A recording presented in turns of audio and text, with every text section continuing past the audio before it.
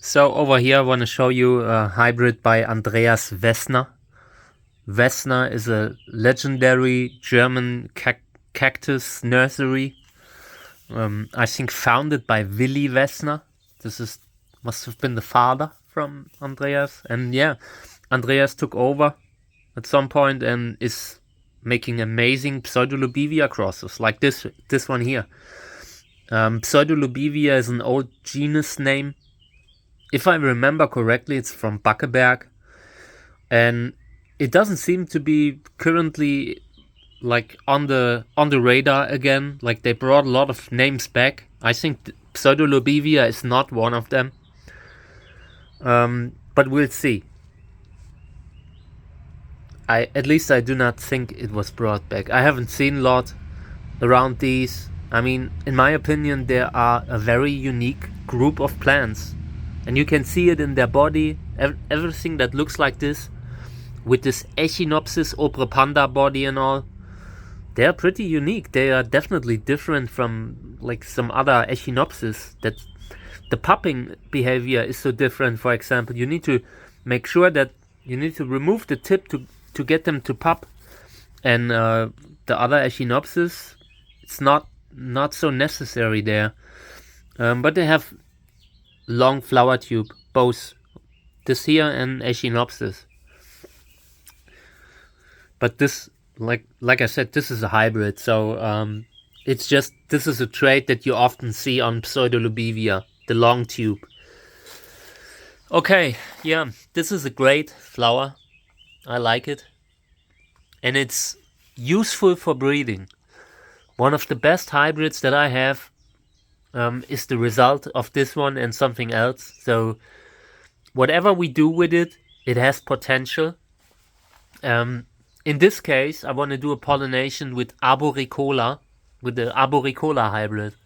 I want to just combine this flower with the strong flowering of Arboricola. So let me get the tripod, and then I want to collect a little bit of pollen here. By the way, I realized that I'm running out of pollen bags, these little paper bags. I really need to get new ones because they are important right now. I mean, I've seen maybe 20. It wouldn't be enough for one day when there's a big flower flush. Yeah, this isn't good.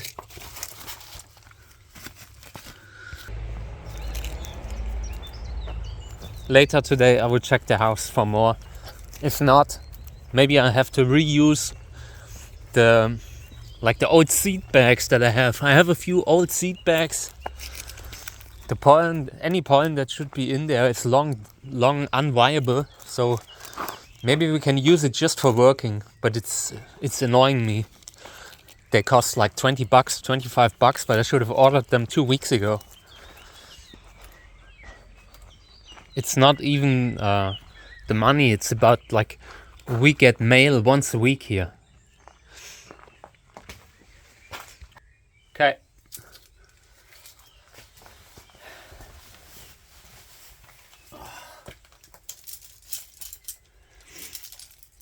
I have big problems with my leg again. Had a few tick bites. It instantly started again. I can usually tell when I have a tick bite just from how my leg and how the other muscles behave. Oh, wow. Have a look at this spider over there.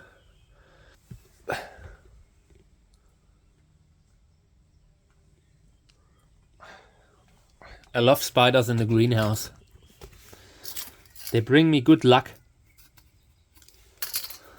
Okay, so I want to collect a little bit of pollen here, because this is a good fodder. This is a plant that I want to use as fodder for Peruvianus, for Glauca. But I need to be careful with the flower. I do not want to mess it up right now. Later, okay, but right now I want to still take more photos and videos. We're not done yet. We're done.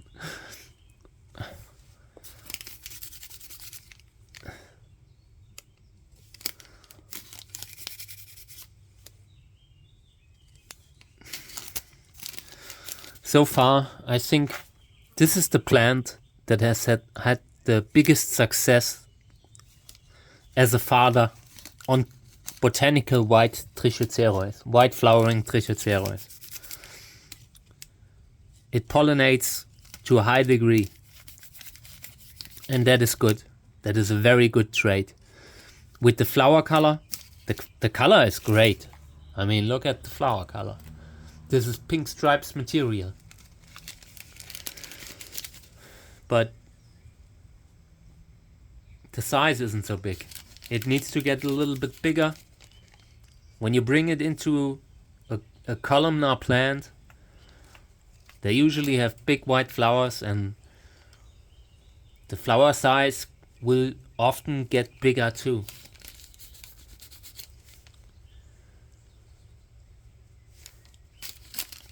But everything is possible. You could, like, the offspring could have like a flower size like this and be white. Could also, everything possible. It's just, this is such a small flower. When you see it like this in front of you, it's not very impressive in regards to the size. I have moved away from Echinopsis. Also from Pseudolobivia, from a lot of them. I just like multi-hybrids more. Combining traits of a few different ones. I like that a lot. So, yeah. And they use up the same space that, for example, a columnar plant uses, or maybe sometimes, like especially when you have them grafted, they get pretty big at some point. I have hybrids like this. They can hardly be moved, and yeah. I will only keep the best, maybe a few. 20, 30 plants, but these are good then. Something like this I would keep. This hybrid I will probably keep forever, as long as I can keep it healthy. Just because I have seen the quality of offspring that it produced. There's a hybrid that I often show called AKS 2015 71HSK4. It's just the breeder's code. It's not a name. The plant will get a name soon. It's just so you know what plant I am talking about. And that one is so good. The colors are insane. It looks like it's glowing. And this one was involved. I have forgotten the other parent, but it has proven that it can produce good offspring. I have another one in the greenhouse. I just call it Total Neon. And that one has been like, it looks so amazing too. And it's also involving 18A2000, this one. So there must be something onto it. This is a good plant, and it was hard to get it on eBay. I have been searching for years after this one. And at some point I bought it like for $35 or so. Was very happy, grafted it right away. And it's doing nicely. Made a lot of hybrids with it. Donated some seeds. And I'm looking forward seeing them flower now. Very soon, hopefully. Because they flower pretty early. I mean, so 2-3 years you can get these to flower easily. They don't even have to be grafted. But it helps a lot. It helps a lot. This one here is flowering a lot because it's grafted on a strong, healthy grafting stock. I always had the best results with grafted Pseudolobivia. Okay, so now I want to pollinate. And I want to pollinate with Arboricola crossed with Grandiflorus. I have labeled this seed bag because that plant looked a little bit like it's glowing. It had a very cool flower color. And since I also have plants from this cross with, for example, with apricot colored flowers, I need to like write something about which one it is on the bag. So we are using the best one right now. Just the good stuff. So the cross is 18A 2000, crossed with Arboricola crossed with Grandiflorus by Misplant. Variegated Grandiflorus by Misplant. Yeah, this could be great. I mean, looking at this, the size, what is it? Let me see. 8 centimeters, maybe, diameter. If you look at this, the 16 centimeters from Arboricola are a pretty good thing then suddenly. Like, if you combine it with Cantora or Flying Saucer, of course Arboricola has smaller flowers. But if you look at something like this, you can improve the flower size with Arboricola here. And that's what we're trying to do. And in regards to the color, I want these stripes here. I want these pink stripes. And I want them on a flower, on an Arboricola flower. And I want that to come out like 20 times when the plant is flowering, like at once. Because that's how these Arboricola sometimes flower. Flowers are everywhere, coming out of all the areoles that they have. And that's great. That's super fun. I love these Arboricola hybrids. I think this is the mother. This is the father that we've been using right now. This plant here. And yeah, we got fruit here, here, here, here, here. So we already had a little bit of success there. Nice, really nice. Oh, and there's another fruit here. Man, this year we will get a lot of Arboricola fruits. I also saw a fruit on the botanical Arboricola, and it was from this here also. So yeah, the cross is 18A 2000, crossed with Arboricola and variegated Grandiflorus. We'll see how it goes. The other flower opens pretty soon, maybe 3 days. And until then, I want to take off this here and root it separately, because this is a good grafting stock. And I needed to root it separately.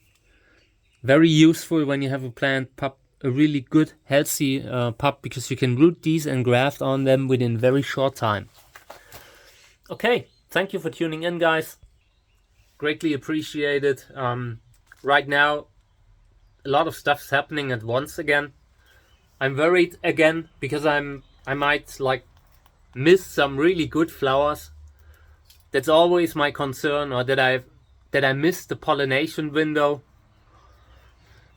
But I'm trying to not put a lot of pressure on me. I just want to film it. That's my main priority right now. Just filming. And later, the pollination doesn't take a lot of time. So focusing on showing the plants the way they are, trying to do time lapse, but I'm not sure. The camera has technical problems. I just saw that it brought out another corrupted file where it just looks like it's shaking, and you cannot test this while you are recording. So you record 2 hours and hope that it went well. And if the recording went throughout the night, then you have the whole night wasted with a shaky camera. So maybe I need to replace the smartphone that we're using to do the time lapse. I already looked at used ones, like used Samsung phones. They cost something like $100. And next time I have a little bit of money, I'll get another one. So we are definitely safe that we can film the season. Because, I mean, at some point I will get a new one, but the flowers are only here for a very limited time. So I need one now. So we'll see how that goes. Yeah, and there will be more like reels, more short flower videos, because at some point I will lose overview of everything, and I try to just split it up, do little videos here and there, and later I can go back and look at them again, look at the label and all. So I'm trying to do more labeling in the future. I just do no longer make so many crosses that are for the commercial, that have any commercial meaning behind it. I'm mostly making crosses that I enjoy. So, but in the next, when it's getting too much, I want to have enough labels available in case I want to do some. So we will do labels together. Like I usually punch holes into these kinds of plastic labels that you put into the pot and wrap them around the flowers, and we will build them together, because I need at least 50, maybe 50 to 60. I expect that's the highest that we will get at once with the flowers. Okay, thank you guys. Take care. Bye.